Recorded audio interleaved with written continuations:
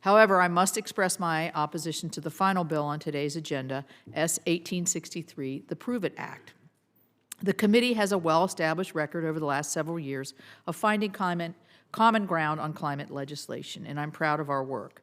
The chairman and I have partnered to advance such bills as the Future Act, the Use It Act, the Nuclear Energy Innovation and Modernization Act, and the Infrastructure and Investment in Jobs Act. And now we are working together to get the Advance Act, which is our nuclear bill, signed into law. We've also collaborated on many non-climate environmental bills that will have benefits for ecosystems across this country, such as the Chesapeake Wild Act and the America's Conservation Enhancement Act.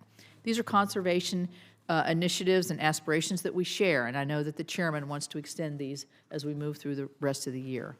I have the greatest respect for the bill's sponsors, but this bill does not set up a climate policy I am in support of.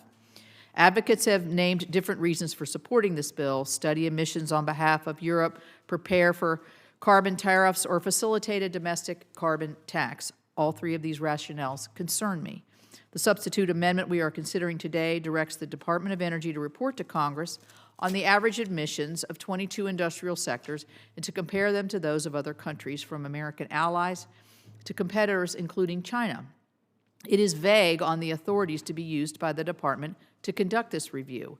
It enables DOE to add additional categories at will and allows the agency to cite where and why they found a lack of data and to pressure companies to disclose. While some have stated this effort is to align, and the chairman alluded to this, align with the European Union's CBAM, or Carbon Border Adjustment Mechanism, Prove It goes beyond the categories covered by the EU for reasons unexplained. I think decades of history proves that America shall not follow Europe's environmental and trade policies, which have left the continent reeling in the face of supply disruptions due to Russia, dealing with higher energy and living costs, and suffering a less vibrant and competitive economy than we have right here in the United States. The argument that the bill is just a study also does not resonate with me. We have a number of repositories of greenhouse gas emissions data already being collected by the federal government, and specifically the EPA, which we have jurisdiction over, such as the Greenhouse Gas Inventory and the Greenhouse Gas Reporting Rule, something belatedly acknowledged in the amendment that I believe Senator Kramer will be offering in the nature of a substitute later on today. So I already find the redundant number of sources we have to be confusing. So before we consider establishing yet another greenhouse gas data set or study to burden American industry and potentially confuse policymakers and the public, we need to better understand the ones we already have.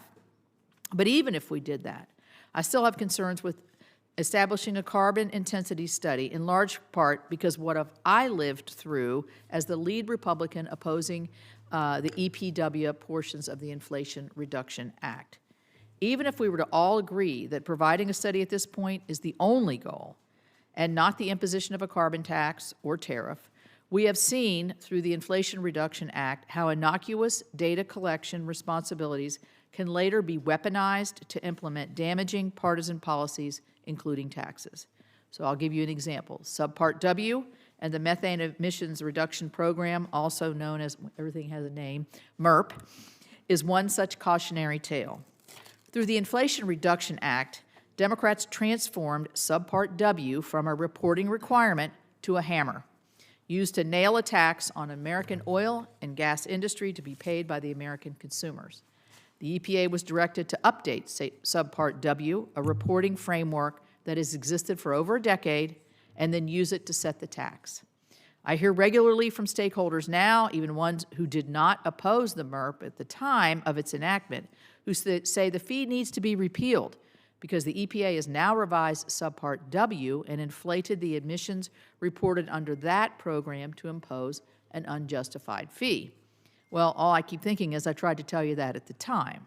I see the exact thing happening here with the study and reports generated by the Prove It Act. I noticed that the revised bill now includes a clarification that states that nothing in the Prove It Act itself directly authorizes new taxes or fees. But that provision does not prevent Congress from imposing such a tax or tariff through future legislation, even in a partisan fashion through the reconciliation process, such as the IRA, using the studies and the reports developed by the Prove It Act. We saw how once a reporting framework exists, Democrats used that framework to impose the MERP without running up against the Byrd Rule. Believe me, we fought hard with the parliamentarians and didn't prevail. And we also saw that it was overridden, that prior savings clauses were overridden as part of the Byrd Rule in other reconciliation provisions in the EPW title of the Inflation Reduction Act. So my question is, savings clauses are ineffective. I will offer a couple amendments to try to cure what I think are some of the worst issues with the legislation, but fear that its initial premise, construction and significant potential costs for American households and businesses, require me to oppose it. Thank you, Mr. Chairman.